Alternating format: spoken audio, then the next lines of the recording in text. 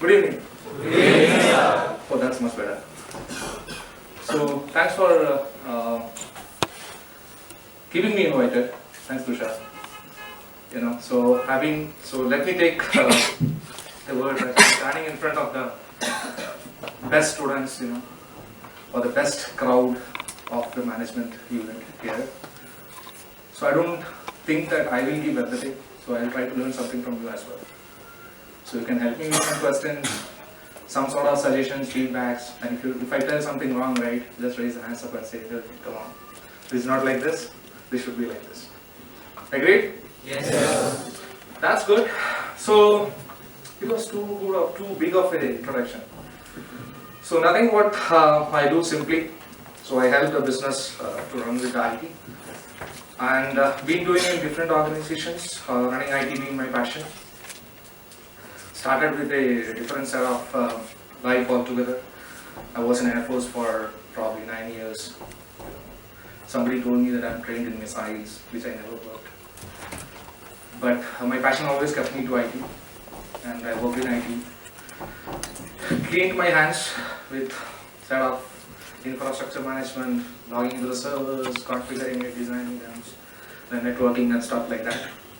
And then slowly, once I need to take a call that I need to stand technically or I want to move to management, without much choice I moved into management. So, somebody didn't elect me to think technically and grew as a technical consultant and architect and stuff like that, although I've done that in my life, but somewhere or other, the attention drew me towards management. I don't know. So no answer, I'm trying to find out that answer. So I just want to give a brief introduction. Probably, I think everything has been covered now, but so you can ask questions, okay, what you have done and in this slide. So you have an opportunity here. So that's the reason I've kept this slide blank. There's nothing to come in this slide. Okay, so you can ask questions. So I live in Pune, and I'm basically from the southern part of India. I'm from Kerala, so I did all my studies, the initial studies there, and then moved into Air Force. In Air Force, I have been roaming around the locations. I was working with the Air Force networking, so from place to place, connecting the devices. So some few interesting engagements which I have done is with Air Force connectivity between Army, Navy, and Air Force and stuff like that. So interesting things. Been roaming around. I never realized that I spent 9 years. It just went like 9 days. It was a very interesting time. And then I moved into EDS, and I took over again an architect kind of a role. I was trying to, design some of, I don't know how many of you know about infrastructure, IT as infrastructure. So we sit here in Chennai and we deploy thousands of servers to customers like Europe Space Agencies, Volkswagen, and so on and so forth, and very much larger global customers who have a very huge IT footprint. And then slowly I moved into T-Systems, which was acquired by Cognizant, where I was doing a management role.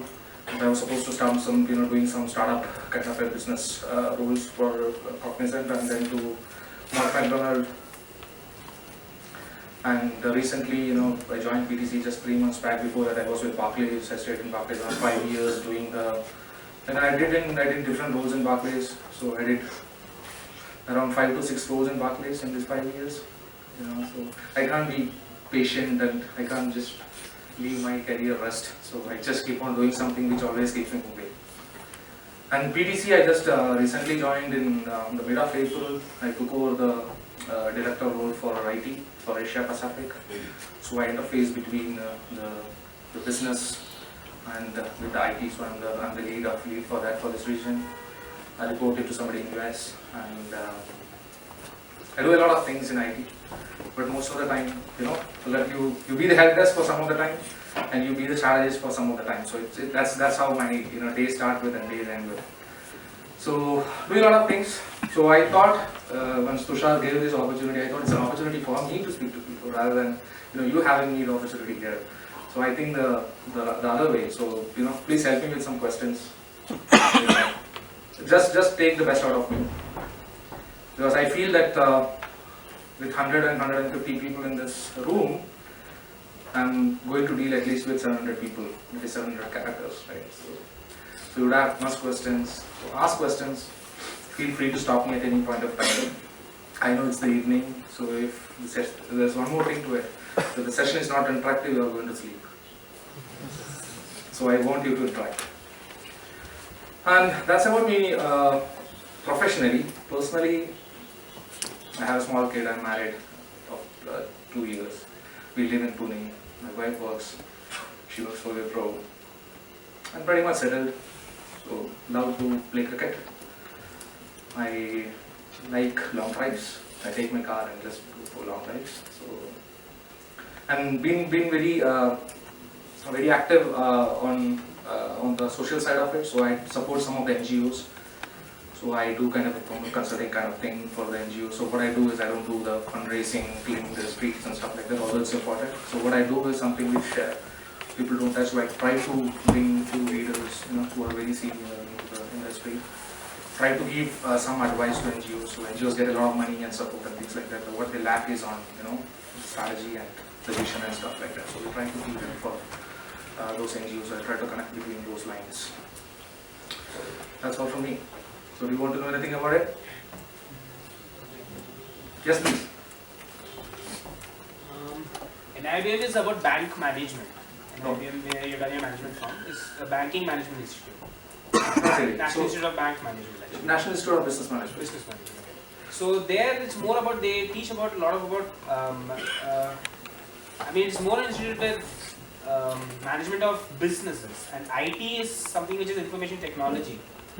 So. Okay. It's very much a good question. I got your question. So I had this doubt once I want to do my MBA. So I'm graduated in IT, but I did my MBA in specializing in operations and sales, right? So you can't correlate really, right? So I'm sure there will be few engineers who will be doing the MBAs here. So did I answer it? So you have your answer in between yourself. So it's not about what I want to learn, right? So as I told, I went into management. I thought I should learn some management. So most of the times I end up in strategy and practical things, right? Strategy is something you do 5 minutes in a year, right? Rest of the part is operations.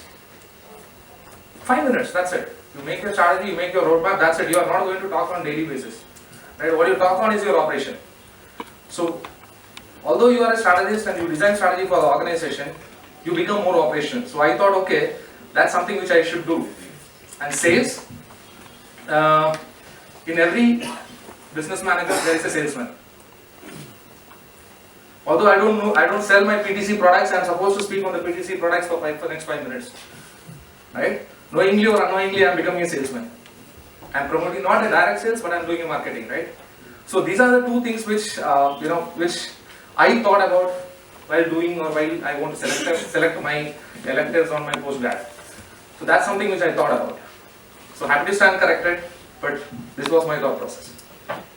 Did I answer you? Okay, any other questions? So let me take next 2 minutes to touch about PTC. I'm sure, pretty much sure you know about PTC now. So we are a $1.5 billion US company, and anything and everything which goes through the manufacturing, life cycle, or the product which comes out of the manufacturing units, knowingly or unknowingly touches the PTC products. So we have a standard product which is called as PTC Creo, which is again a 2D, 3D designing software, something like an AutoCAD, but it's much more than that because it offers a 3D view, visualizing, and now we are even coming out with 3D printing, prototyping and stuff like that. So that's one of the major products. But the beauty of the whole stuff is that it's not that the PTC products are used for just designing it. So each of our products are connected to each other. So this is a designing software. We call it the second software, which is again one of our pillars. It's called as Windchill. It's again PLM, Product Lifecycle Management. So using Windchill, you can do the life cycle. Using Creo, you can design the software. And there are a few other softwares which are in designing, documenting, There is a new product which is coming in, or probably a typical 1 year product for us, Servigistics, which is again an SLM, so it takes care of the post production and servicing and stuff like that. The new business which we are launching about is the IoT, Internet of Things. So Internet of Things is being a business for PTC. I'm not sure a few of the guys are. I'm trying to touch upon the IoT stuff in the next session. Right? So, but again, it's not a PPT. Okay, I'm not. It's quite a vast subject, but I'm trying to touch upon what I know. And probably you guys should know. That's something that I'm trying to touch up in the next session. So that's all about PTC, and PTC as footprint. We are around 1,500 people in Pune, around 200 people in Gurgaon, and we have presence in China with 600 people, in Japan around 300 people, and spread across Asia. So we have around total 2,000-2,500 people in the APAC, which is a kind of a mix of production, that is the designing the software and making them, and a good footprint for IT. So in IT we are around 100 people in Pune itself. So it takes care of the entire IT, right from the service desk to the Salesforce, not the development but the post development support and stuff like that. So that's where our IT comes. So I'm responsible for those areas in Pune. So I'm responsible to run those deliveries in certain areas to the whole globe, and somewhat of them touches PTC directly, but some of them also touches the PTC external customers as well. So that's all about PTC. So, what is your expectation from this today's session? At least few expectations. I know if all going to 100 people will take the next 2 hours, but at least few of the folks. Fastest finger first. What do you expect? So I've written the title, right? So title is there. So what do you expect? Yes, please. So we'd like to know the future roadmap of IT companies in India. Okay. I'll touch it up in the last, okay? So that's not included in this session, so I'll speak on that. Next. How, my name is Vijay. My expectation is how IT can, how an MBA degree can help us in IT industry, actually. Okay. No degrees can help, trust me.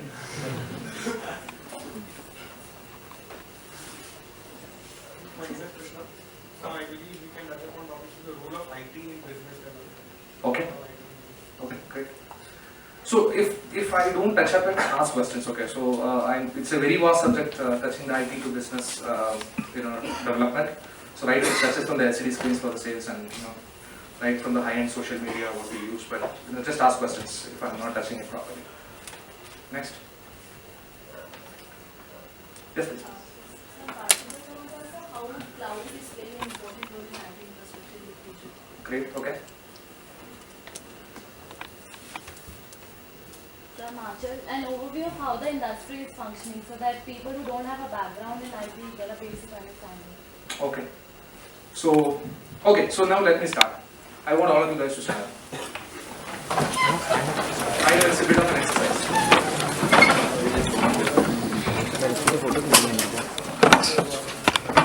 Okay. So who all have worked before this? At least 6 months can sit. Who all have worked in any company? At least 6 months can sit. Okay. So you would be coming as freshers to the world, right?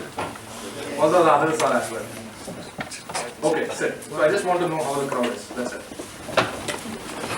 So it's a mix, right? So I think 40%, 60% of the people have already worked. So guys, today I'm not going to give you any technical yarn, trust me. I just don't want to, it's always something I speak and run away from this room and something is going to change tomorrow. Right? So while you Google it, things would have changed. So I don't want to give any technical, sessions and overviews, and probably that may not interest all the people, right? So that's something. So it was very tough for me to select a topic. Trust me, to speak to you. Once Tushar kept me invited. So I want you to come and speak. And I thought, what should I speak? I don't know anything except technical and how to manage it and stuff like that. So I thought I should try to give some of the overviews. So as a leader, so if a MBA or a new postgrad come into my IT org, or my IT institution, what I would expect from it. So typically it is not an IT topic, but yes, I'll take on questions on how business development, how the cloud is going to change things, and how the IT companies are going to be next 5 years. Trust me, I don't know. But I'll try to touch upon, those things. But I just want to give an overview. But yes, open for whole set of questions. Ask any question. I'll try to answer it. And if I'm not able to answer it, I'll take it back and I'll take your email ID and get you an answer. Okay? Done deal? Yes. Alright. So all I first thing which I look at somebody is who comes into a fresher. So, excuse me guys, who have already worked. I want you to read through the second one.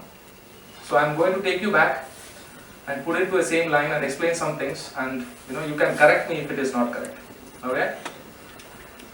So once you get into the industry, right, you get with a bunch of data. You store a lot of things, you study a lot of things, you do a lot of internship, you speak to people like me who would give different views of different things. So you become an ocean of knowledge, right? And once you go into industry, and once you start working like people with me who are very tough and who don't really, get on to more suggestions but start driving the things, what I feel is somewhere you will be forced to unlearn things. Unlearn is not get about forgetting, right? So once you start from walking from a bridge, it's the same bridge of your learning cycle, and you start from one point and you try to reach another point, you always move away from what you have learned to much of the practical things, right? So that process is going to happen for each one of us, and it has happened to me and it will happen to all of us. Because the practical things, right, everything doesn't work as per theory. Some of you would have known. So there would be an unlearning process which would be happening to you knowingly or unknowingly, but I just want to tell you that that's going to happen. And that's always why it's happening. It's because of the practice or the practical approach of getting onto things, right? That would happen. And what an advice which I would like to give is, as I told, it's a bridge, right? So from that bridge, once you start from one point to another, you start walking like this, right? Just look at that. You will see all the things which you have learned, which would help you to move into the next point, right? So it's all about the attitude. What you need to carry is not the other attitude, okay, what I'm talking about. It's not about the personal attitude, but about the attitude of adoption. How much you want to adopt from that real world, right? And how much you want to stick to it, and how much you want to adjust for it. And it's very important for you to be successful. Okay, so that's going to take away some time, probably some sort of setback to think and take you to the next level. So that is very important. So that's the reason I've just added, some an ounce of practice is always worth and tons of theories. So I'm not blaming theory, sorry guys, but this is what is required, and that would happen to all of us. And dealing with situations in real time, you will not be carrying all your books with you, right? Oh, something has happened, let me go to page number 71 which I have learned, and there is something, there's a solution which I should read and get through it. No, you are not going to get time for that. So always you need to practice it, keep it ready for a practical approach, and that's going to help you. And that always comes with an attitude, A, and we have 3 A's on the top, which is very much required to adopt into that attitude. Any questions? Learning is not the same as forgetting. No, it's not. But we didn't touch upon what it actually is. Okay. So, what do you want me to touch on? Okay. So unlearning, I would say unlearning is a kind of a practice. So if you go into a company and you are one of the IT consultants there, and you want to present an idea which is as per the theory, but it is not really matching what it is required for the business need, right? So you feel, oh come on, what I have learned is correct or not, kind of thing. Oh, I have learned this much and I'm putting some effort to it and presenting the ideas. So that's where the unlearning cycle comes in, to help you learn more ideas. probably that can be related to the business knowledge, that can, putting in, right tailoring into the right set of suit what you need for, presenting that idea. So that's an unlearning process which I mentioned here. It's not about, forgetting everything and, no, it's not. So that's what I was mentioning, the example of bridge. So it's not that you forget the point where you have started, where you are not able to look back and see what has happened or what you have learned. No, it's not. Answered you? Alright. Any questions? Okay. So excuse me, the guys who have already worked. So some of you are going to come to the real world. Okay. So what does real world means? Anybody who have worked at least 3 years, 3.5 years, 2 years? Come on, guys. Come on. Spend a good amount of time in the institution. Did you felt there is a change between the students' world and the real world? Yes. Can somebody tell me that? I don't know. You feel the real pressure, you have to know what deadlines are, you have to stick to the deadlines. And there's no excuse for not working or not getting a solution. So there's this constant pressure that is upon you. Okay.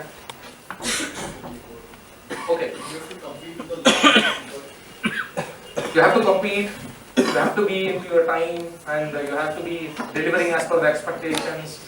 You always want to see the bigger picture. So it's a kind of anything which is progressing. So that's something like that. So you would, as I told, you would have a lot of ideas. It may not work. All in the practical things, you need to know how the situation is. You have an excuse. I'll tell you how to put an excuse to meeting the deadline.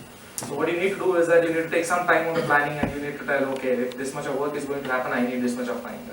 So putting a proper plan, that's the only way to deal with the pressure and deadlines. Although I understand there are some things which comes as urgent, but the managed project management and the planning. So there's a very good planning which you can meet your pressure. So if you want to work peacefully, you need to plan it betterly, something like that. So once you start getting into it, okay, so you are no longer unemployed, right? So unemployment, so you will feel a lot of salaries and stuff like that coming in. So you will be on the happiness of it, you will be on the paradise of having salaries. But that's not the thing which I want to mention here. So what I want, in this real world, what I would expect somebody who's coming into the industry to do is to, open the eyes and ears and keep watching for lessons. Every day, every hour, every minute in the real world is going to be a lesson, right? So you would have learned something on the theories, and probably there would be a different way of doing things on the practical things, because so theories what we learn would go into a different setup or different view, because there are there's other things which come into the to the content, which plays in like legal laws and financial stuffs and a lot of other cultural things, and the deliverables and the timelines and things like that, which all gets together, which makes that real world, right? So may not be from your subject, but there would be something else which would be impacting the project or the task or something else, which is impacting your delivery directly or indirectly. So that's where I would tell, or I would say, that you should keep your eyes and ears open to have those things getting into you. So you would find yourself happy sometimes, right? Most of the times, who are into a job and things like that. But there will be a lot of things which will be pulling you back, right? You have a lot of enthusiasm. You want to do things right now. I want to reach the moon right now. But people may stop you to go to the moon. Maybe your team leader, it may be your manager, it may be your CEO, it may be your COO, or it may be your CIO who is stopping it. But there are rules set for it. There are something for it. So you need to really watch on those rules. Mind your steps walking it, but walk fast. But mind your steps. So, and one important thing is that you are going to hit highs and lows. There would be moments which would take you like this, and there would be moments which would take you like this. So you need to be compatible for both of those. And being an IT professional, you are going to have that across. You would have some wonderful crystallized ideas which can change the business and the dynamics of the company. Probably your CEO may not like it. He may not like it. Due to various reasons, not that he's going to have a fight with you, but due to various reasons, because he always has the ability to see the bigger picture, right, what's going to happen and stuff like that. So always your real world should be aligned to that real picture, what the bigger picture, what you want to see, and that helps you to make you more successful in your professional life. Any questions? It's going above or it's not going below? I can change. Don't worry. It's okay? Yes. Okay. So it's not much of those for you, right? Okay. So any questions on this? Any questions on the real professional world? So you said you have to be fast and you have to manage everything. So how do you manage speed and quality? Okay. So you always compromise on some things. So it's like a simple balance. It's all about striking the balance. Certainly, see, I'll tell about myself. Okay, so I don't like things to be pending more than what it is required. So I don't like it. So, hey guys, what's happening? Kind of thing. I roam around the floor. I ask for updates and stuff like that. I roam around. So, but I certainly know that if a person is going to deliver so fast as per my expectation, he is going to do some mistake. So what I do is, I always tell them to go and watch back what it is required for that quality to maintain and commit on those delivery timelines and stuff like that. So I always give that freedom, transparency to the people to come up and speak and say that, boss, it's not going to work.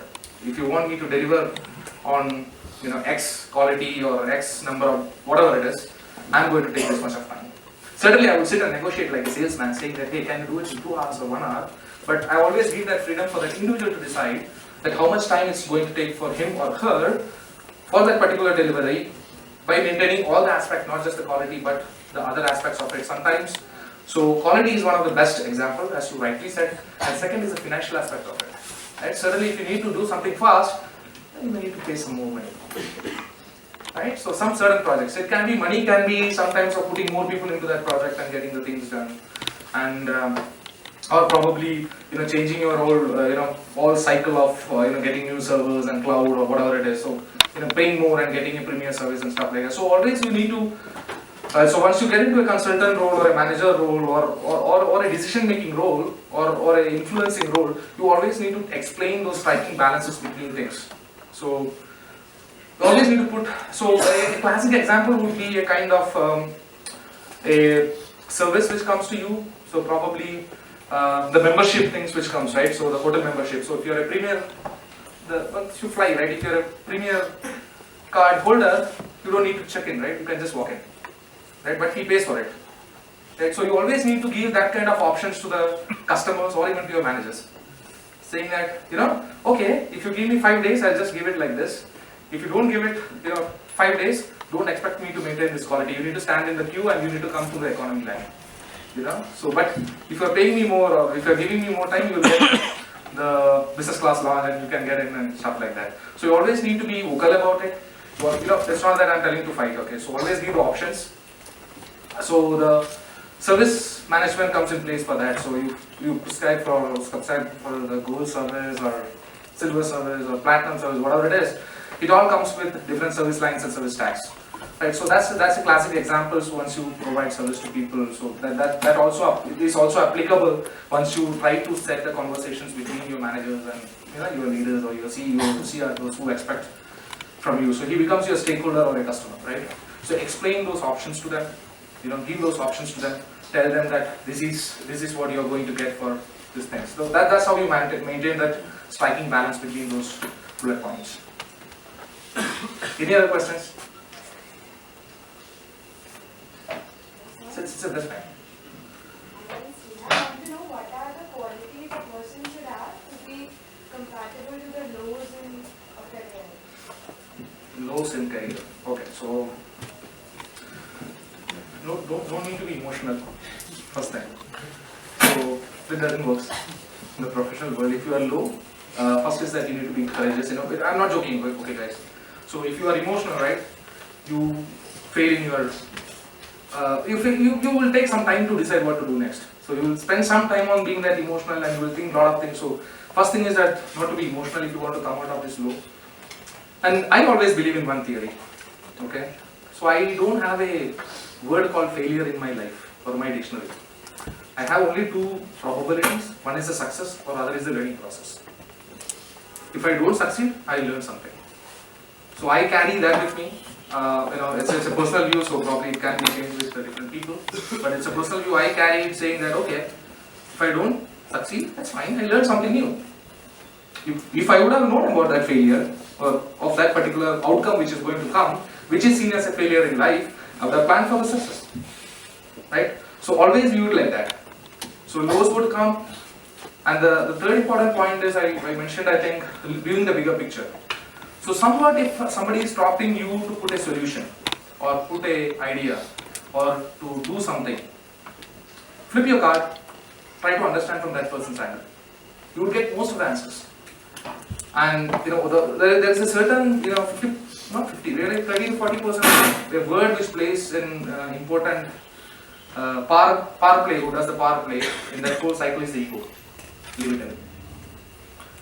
Just leave the ego away, just leave the emotions away, think that you are going to be successful, you are going to learn something new. You try to view the bigger picture from the other person's angle, try to set it, that's it. You can deal with the lows. That's what I do. So probably there are a lot of what I would say personality development classes which teaches a lot of things, but probably this is something which I would like to do or which I practice. If there is some more thing you can let me know. Anybody, any questions? So my name is Lisa. You talked about, at work, and you were asking about the difference. One of the differences that really came to me is that at work, you're a lot more concerned about your output as opposed to learning. Okay. Whereas in an institute like this, you're more worried about what you're going to get from it. So it's more about input. So when you say that you need to keep your eyes open for life lessons, I think the lessons also happen on the way, but you're a lot more concerned about output, and that's where the expectation difference is. I agree to it, to a certain extent, yes. See, always output plays a lot of... So output is something that you are measured, right? That's a scale. That's a scale what people carry to measure you. Whether you are employee, whether you are CIO, whether you are CEO, or you are whoever it is, there's a measure which comes as a part of output. But always giving output, so two things to it. One is that you move forward. You want to move forward, right? Everybody want to move forward. And one is that you produce output. Some of the output help you to move forward. Some of them may not, because it's something which is tactical. Pretty much you deliver it pretty much with the Excel sheets and stuff like that, right? But some of them are projects which you do, wonderful projects which becomes a feather in your cap and stuff like that. That helps you to move forward. So this difference between the output which helps to move life forward, or which is not coming to us, the output which are tactical, which is pretty much into the flat in nature, and some of them are really kind of projects which help you to talk more, or which try to help you to showcase more, right? So those outputs are always being viewed, or always being viewed to the public once you ask for a growth and stuff like that. But the eyes opening, or keeping the eyes open, what I mentioned, comes with both of this, right? So something which you are doing tactical for 2 hours a day, probably if you can keep your eyes open and if you can eliminate some of the processes which is not required, which would help you to cut down for 1 hour, which helps you to deliver the same output which is required, and you can use that 1 hour to somewhere else to do bigger output. Right? So that's what I mentioned about opening the eyes. So it is not about just watching it, it's about trying to change the system if it is not required. So it is all about understanding it, it's all about knowing it, what the output which is delivering to the end customer or end need, whatever it is, and changing those to just to meet the requirements, but at the same time, improving the efficiency of whole stuff, a lot of things, which would probably give a leeway of some time for you, and obviously you would have some better processes to manage it. So that's the the eye open stuff which I mentioned on the whole life. So there's a definite change in orientation. Exactly. So that's what the real world is, right? Any other questions? I always believe the backbenchers are always the best guys. No questions from the backbench. Okay. So very important thing. You always have an idea, right? What do you want to do, and what do you want to do, and that's the reason you are here, right? So what do you want to get out of your career? I made it a bit elaborative on slide, you can go through it. I just want to put that example, which I felt is very important example, because, so see this, any job, so the job which I currently do, I feel I'm learning. I feel I'm learning for new things, probably in not really into theories, but certainly I learn on, I have a few senior folks reporting to me, probably, last 6 months back I was one among them. Now I'm their boss, and now I need to know managing them. So earlier I was working with them, now I need to manage with them. So that's a clear learning opportunity what I'm doing right at this point of time, in this current role, right? So, but once I move into my next role as well, I would certainly learn from different experience. So it's all about that. You need to, again, I come back to the keeping the eyes open stuff. So it's all about that. You need to keep your eyes and ears and think where you really want to go in your career. So it's always not easy for anyone. It's a typical motherhood statement, I would say. Without knowing the road and the destination, you can't drive the car, or you can't sit at the back and tell your driver to go. And your career is like that. So if you want to really get onto that, get where you wanted, you need to have the control on the steering. You should be able to tell the driver, hey guys, my dear friend, I want to go this place at this time, kind of thing. So you should have that command on your career and to get to know what is there. So that's some of the examples which I have given. So now probably for the second year kids, right, you would have campus coming in and you would be getting your new job and you will be in your dream job. And you would get into a agency or a consultancy as an IT consultant where you would be put into a project that you didn't like, right?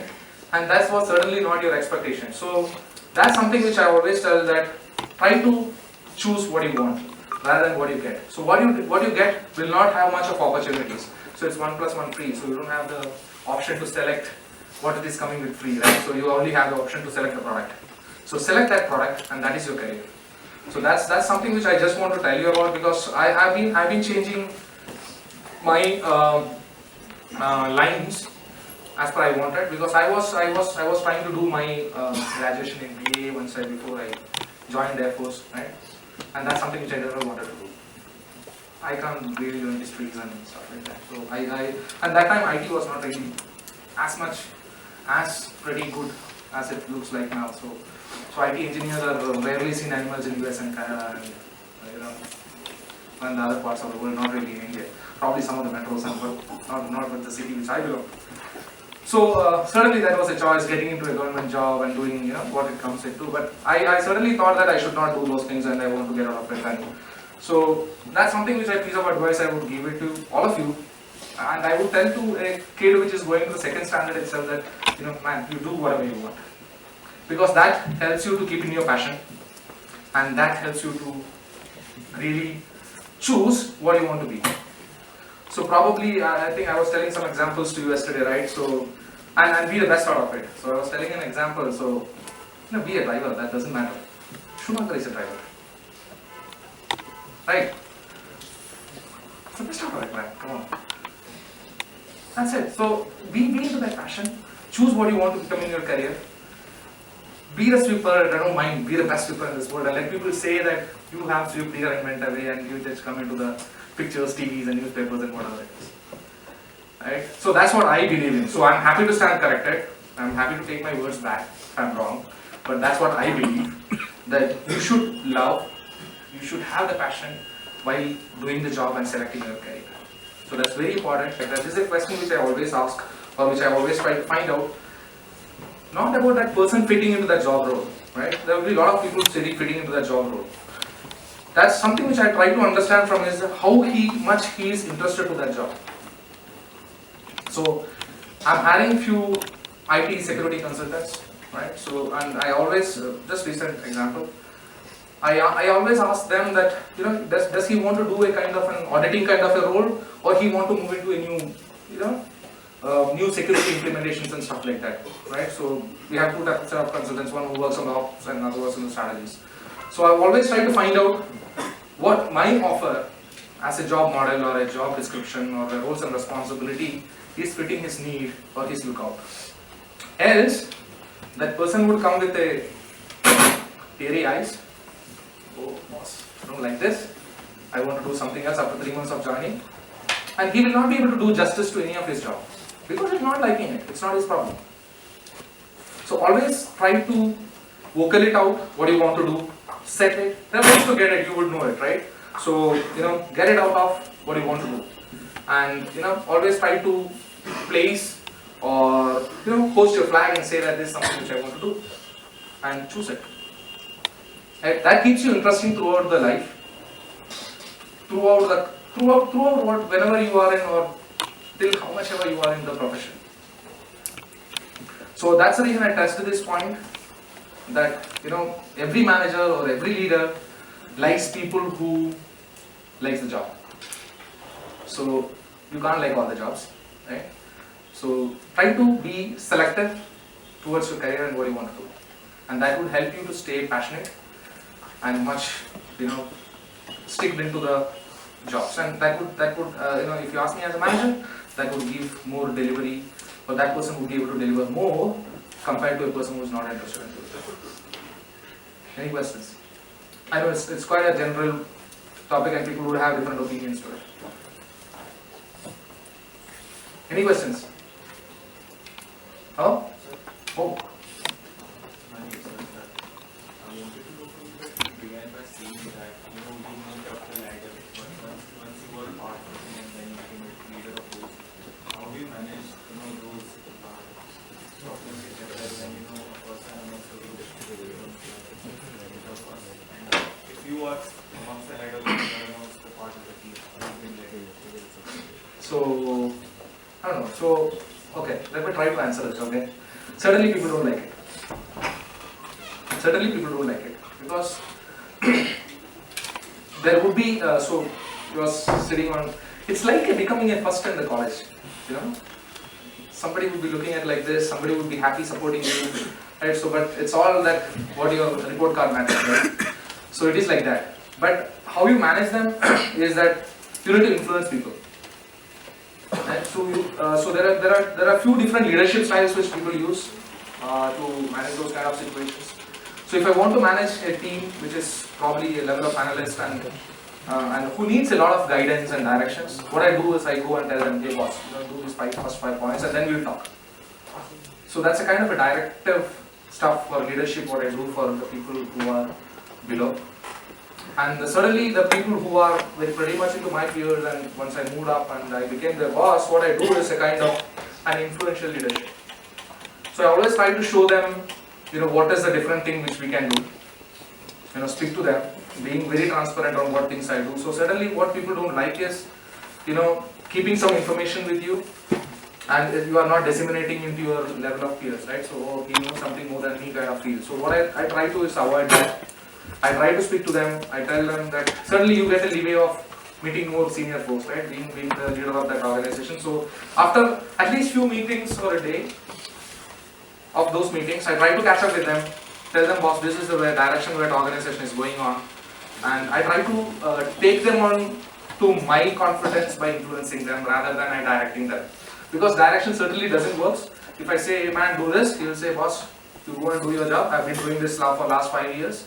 So I know how to do it. So that's the response which I'm going to get if I be directional to that guy. So I try to influence him and say that, okay, idea is good. Let's stick to this idea, but let's try to add these 1 or 2 points more. Probably you would get more benefit out of it and your project would be much more successful. So certainly that person as a manager, he would like to be more successful always, because I believe people are always enthusiastic to be successful. So I try to mix that flavor into it, to those conversations, and say that if you do this, your project would become more successful. So certainly if you do for 3-4 times, that person would start believing you, they would start trusting you, and down the line he would start believing you that I'm his boss. That's the style I follow. Did I answer you? Any questions?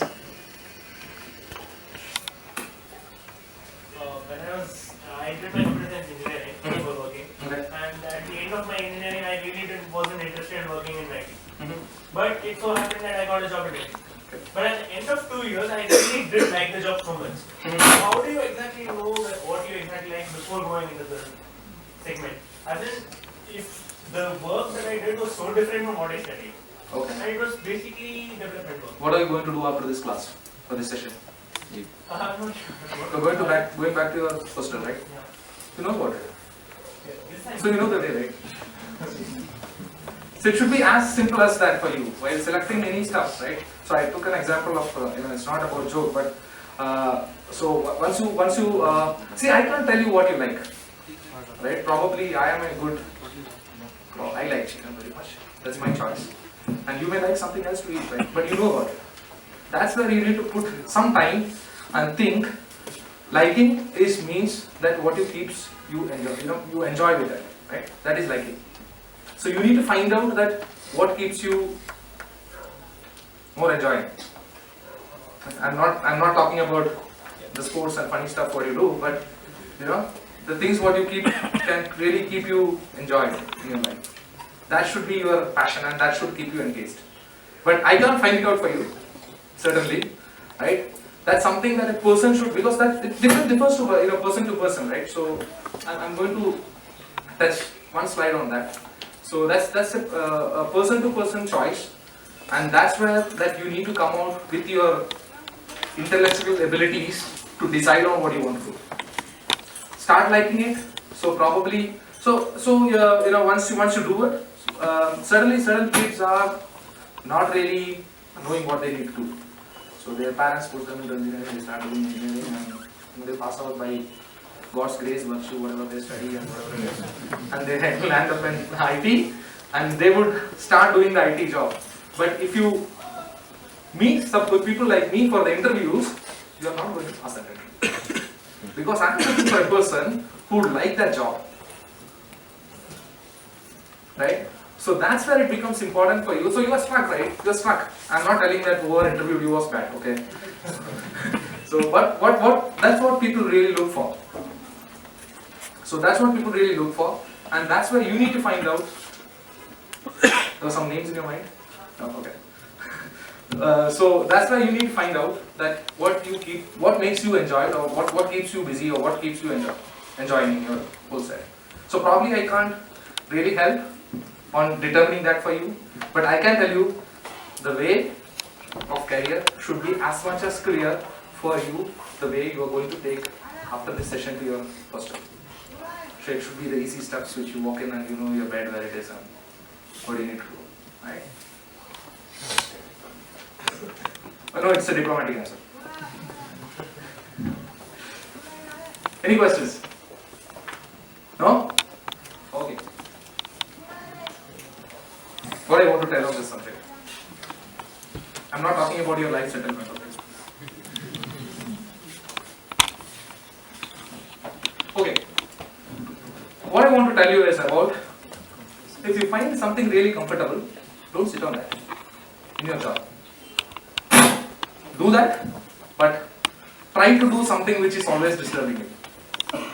That is really something which is in circle of influence and circle of concern. So if you are in circle of influence, you would become an ice. You'll slowly settle down. So don't settle down. Try to come out of it. So best way is that work with toughest of the toughest projects, which never settles, toughest of the toughest people whom you can't manage, and toughest of the toughest environment which you can't adjust. Try to always work out of it. If you are in an environment which is settling, you will become into a retirement company and you will do nothing in your life. You will be happy wherever you are. So get out of it, try to operate out of your concern. So the circle of concern is very important, you need to really operate out, and that really makes you to be not settled. I repeat, I am not talking about the life settlement process. Okay? So that helps you to think always, and not just thinking, probably you will end up in thinking out of the box. So if you see real crack nuts whom you can't really handle, you would really sit and think, boss, I need to really handle this guy. What should I do next? What should I need to do really to handle those guys?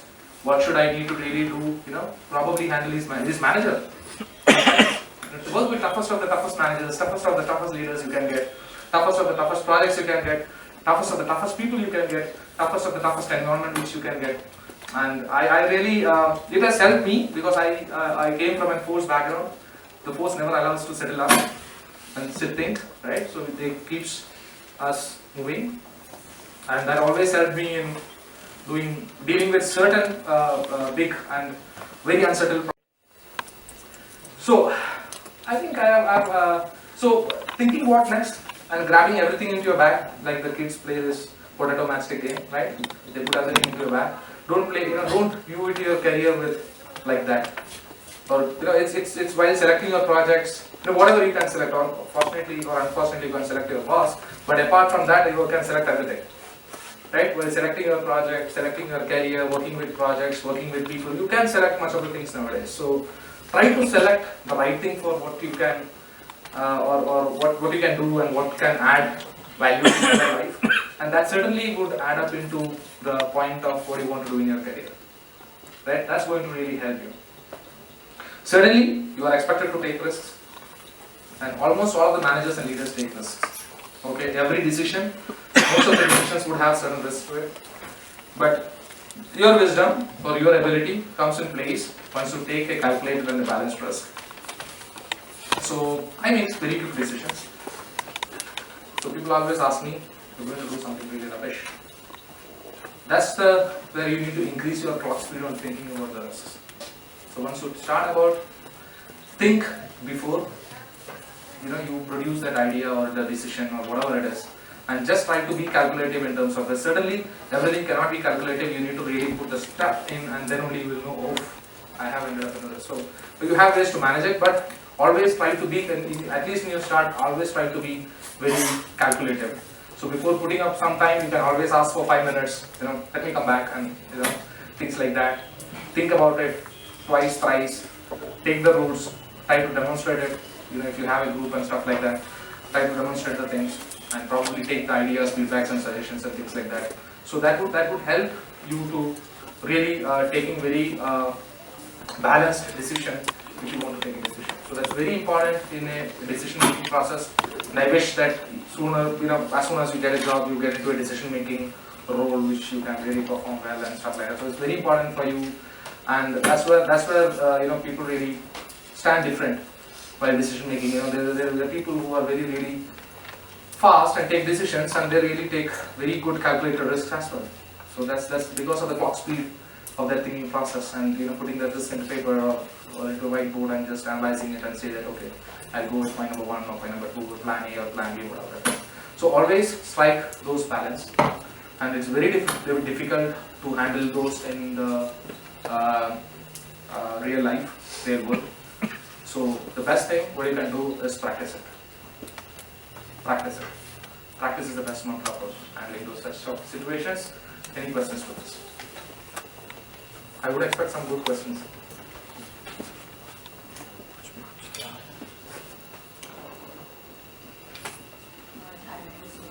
When you talk about putting these decision-making skills to practice, when you have a natural style, say, like you said, some people just have that clock speed and they're able to take calculated risk better.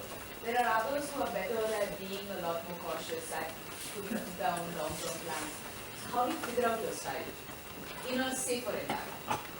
Okay, so there is no safer environment for a leader. Okay, so it's always been into. So it's also, as top you grow, the decisions can be. So you will be taking wider risks, right? So probably a CEO, a small decision can top up the company, right? Probably one decision of the shareholding pattern. He would have taken a decision to make somebody happy, and it just comes like this, and probably would work well in the market, right? So yeah, so it's very tough to answer, but let me tell you how I analyze that I'm in the comfort zone or not. If repetitive tasks come to me, it comes to various reasons, right?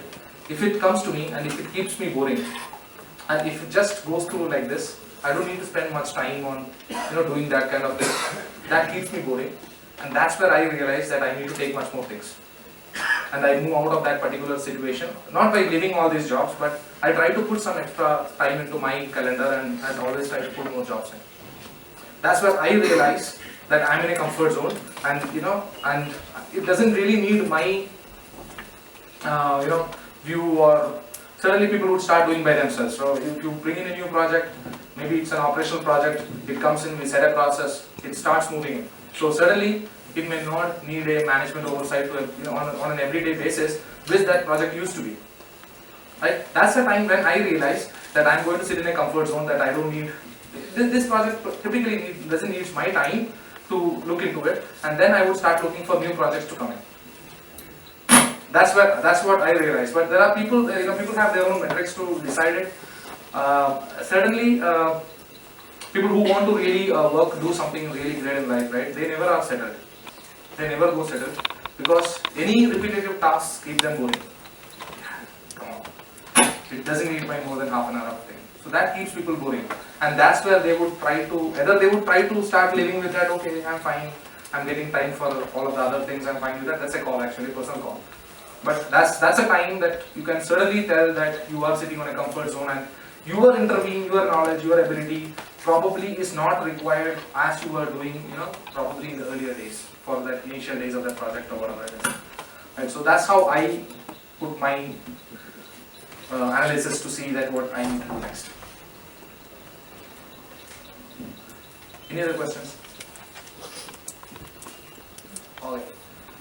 So just very important, okay, knowing the environment, can be people, can be process, can be organization, can be anything and everything which contribute into your life of profession. So these are some tips which I just want to give, okay. So very important thing, an organization is a collection of people, right? When people comes from, and you can't see now a domestic organization. Most of the organizations are global, and we all want to work for a multinational companies, right? We all want to work for multinational companies, and that's a dream for all of us, right? So no. So once you get a choice of list of companies, no, I want to work for blah blah blah blah blah like that, right? So that brings in a lot of complex situations as well. Right? For me, I'll tell you, I'm managing people who are sitting in Japan, China. Suddenly they have different set of cultures. They don't know what I'm telling about, or I don't understand all the things what they tell about their culture. I want to go for a leave because this is happening. What is this? So suddenly they don't have the A&D and festivals there, so they don't understand what I want, why I want to leave early from the office, or why I'm not answering my calls and stuff like that, right? So these small things play a great role once you start working together. So it is very important for anyone in the organizations to know each other in the core of the organizations, especially once you're working in a global environment. And certainly India itself is a very big continent, I would say, right? We have different cultures of people coming to. In fact, in this room as well, right? People come with a very different culture, and very different way, doing things very differently and stuff like that. So it is very important for you to be successful. And certainly, once you start influencing people, right? This point plays a very big role. If you know that person very well by his culture, certainly there would be some points which that probably that person is connected to. I'll tell you, in my one of my previous jobs, I had a very tough team lead. Just take it funny, okay? No offense to anyone. A very tough team lead, tough nut. You don't really see what his manager wants to do, and I was in big trouble, and he don't do what I want, and there are a lot of issues with that. I sat and thought, what should I do? Let me go for a drink for a few days. It didn't work. That guy doesn't really drink. So he comes with me, he takes the dinner and run away. So it didn't work. So, okay, let me try to play cricket with him. Let me try to socialize with him. That was the motto. Okay. So I tried all the points. It didn't work. So later I figured out that he goes to ISKCON temple. And he respects Lord Krishna a lot. So certainly I need to play a card, and I went to ISKCON temple with him and tried to understand what is there. And then things have started working out for me. No harm to any religion, so don't quote it anywhere, but so for me, it was very important to know that person, what he is doing, and to break that off. And after that he became one of my good friends, and he is still in touch with me. So it is very important for us to know all the culture, how that person works. I won't say the weak point, I would say what his keen interests are in managing people. So it helps you a lot. So it's an out of textbook kind of a conversation, so don't quote it anywhere. Okay, so I think I touched both the points, first 2 points. Asking why and how. Again, I want to tell you a good example. So these all points I've written from my examples. Okay, so once I went to Air Force, I was supposed to move to one of the army bases, and this army base manufactures all the arms and ammunition and stuff like that. So when I was just for a temporary and I was just doing it. I started in the morning walk and I can see a guy sitting there, sitting on a big steel rod, pushing it and cleaning the gun. So I was not from an armament background.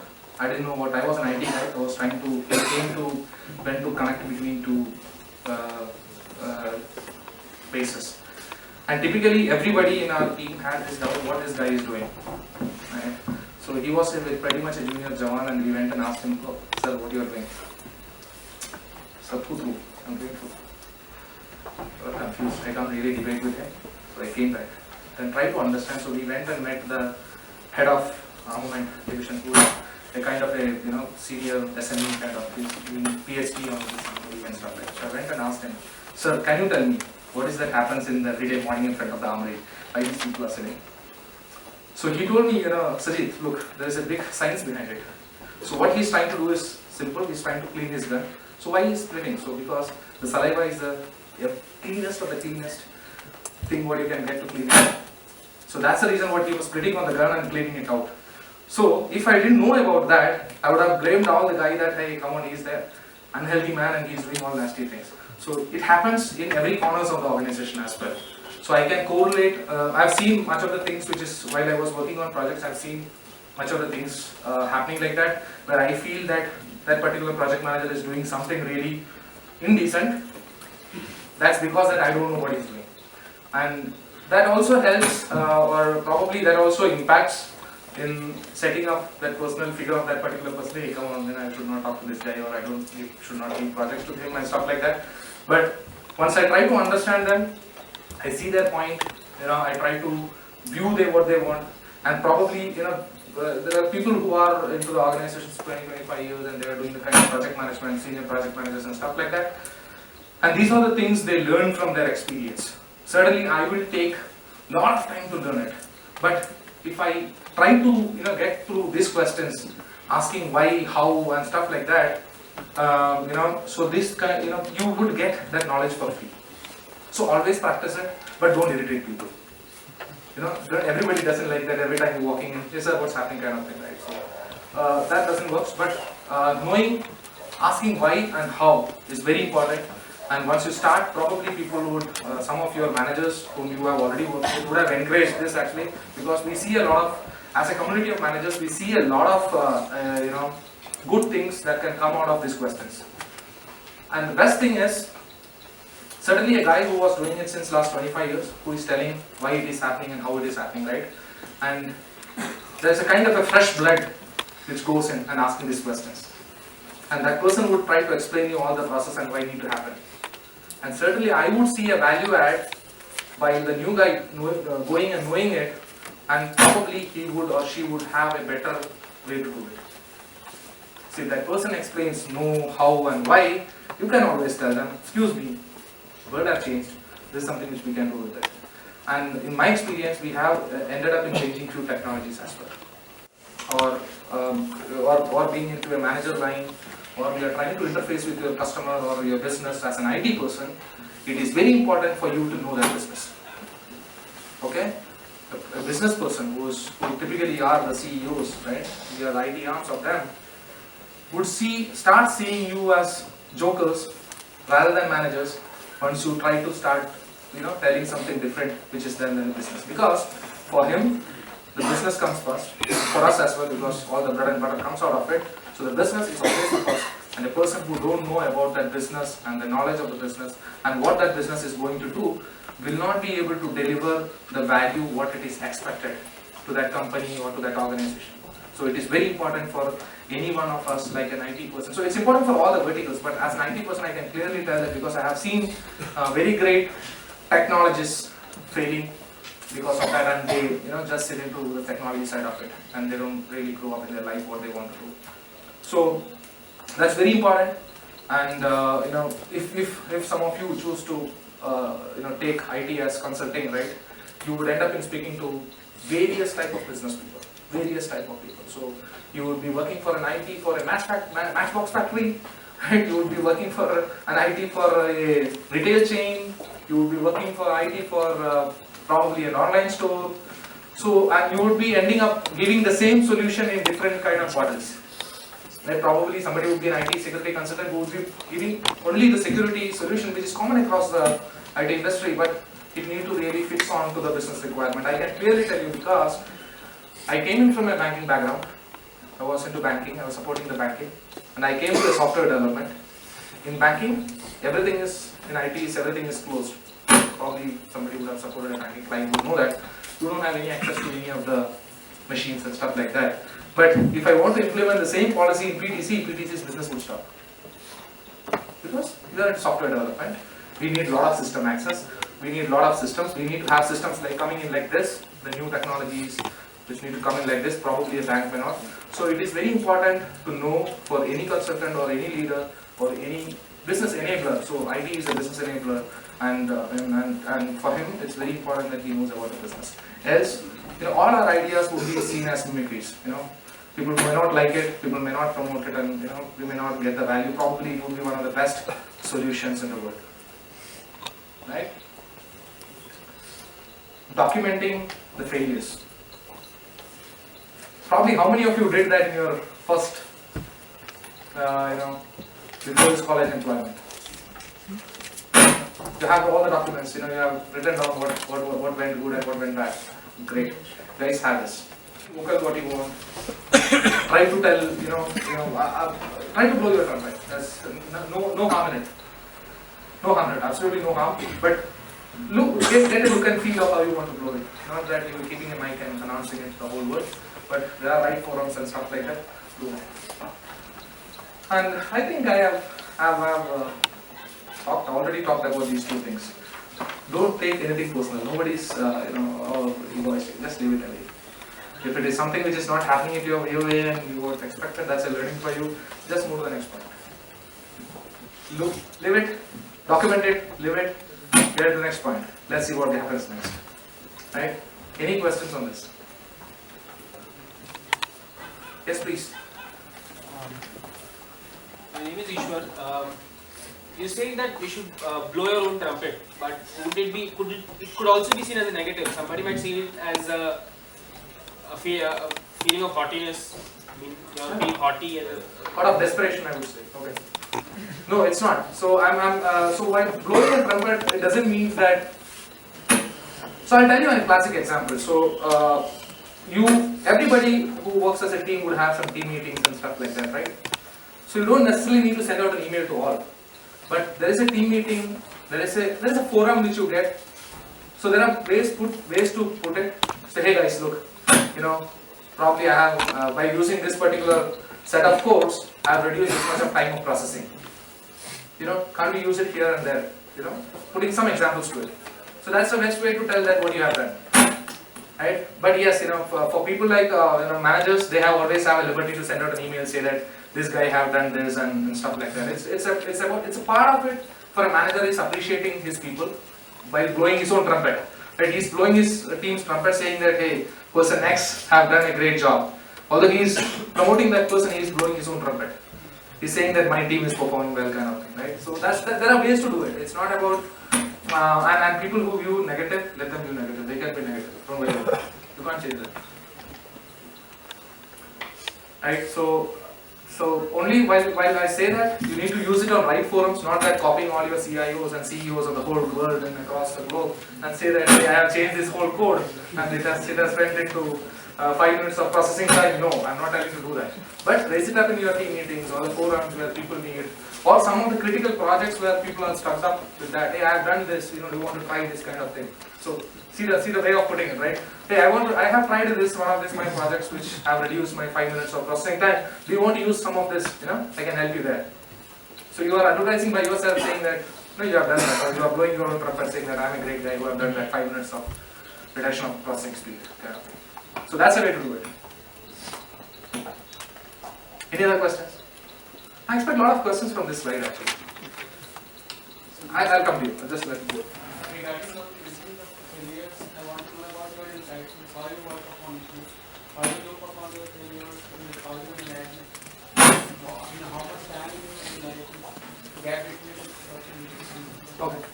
I'll tell you an example which I follow. It's not a universal technique. Don't follow it if you don't like it. What I do is, I have a small Excel sheet, right, which I write my. So I have 4 or 5 rows to it. It writes my target for next 3 years. What I want to be. What is that I need to improve technically.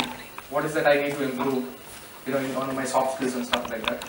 What is that I did good this year. I do it, I fill it out in every 2 times in a year.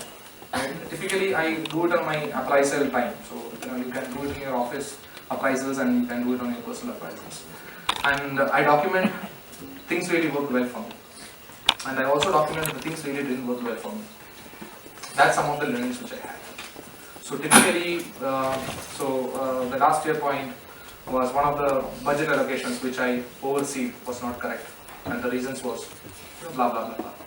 There were reasons to it, so I thought I should put it so that next month I become a more responsible citizen of that company, I don't do the same mistake. So I kept it documented. Once I told you about once I used, right? That was one of the firewall changes which I did for one of the IP tables in my Air Force days, which helped me to that particular rule which I wrote it helped me in using for one of my customers while I was doing my support in Cognizant days. My network guys were stuck up, we were just brainstorming what we can do and stuff like that. Although we had very senior folks but it was a very small rule which was there on my book. So it's not about documenting your failures, it's all documenting your learnings, because certainly I don't have that much gig or TV space on my head to put everything or remember it for next probably 4 years or 5 years. Probably all these small things would help you somewhere or the other, probably not in the same format, but in a different format once you start striving your life. So may not be everything would be useful, but certainly few things would be useful. And I have used it. So it's again not a universal theory what I'm talking about. If you want to use it, you can use it. Else forget it.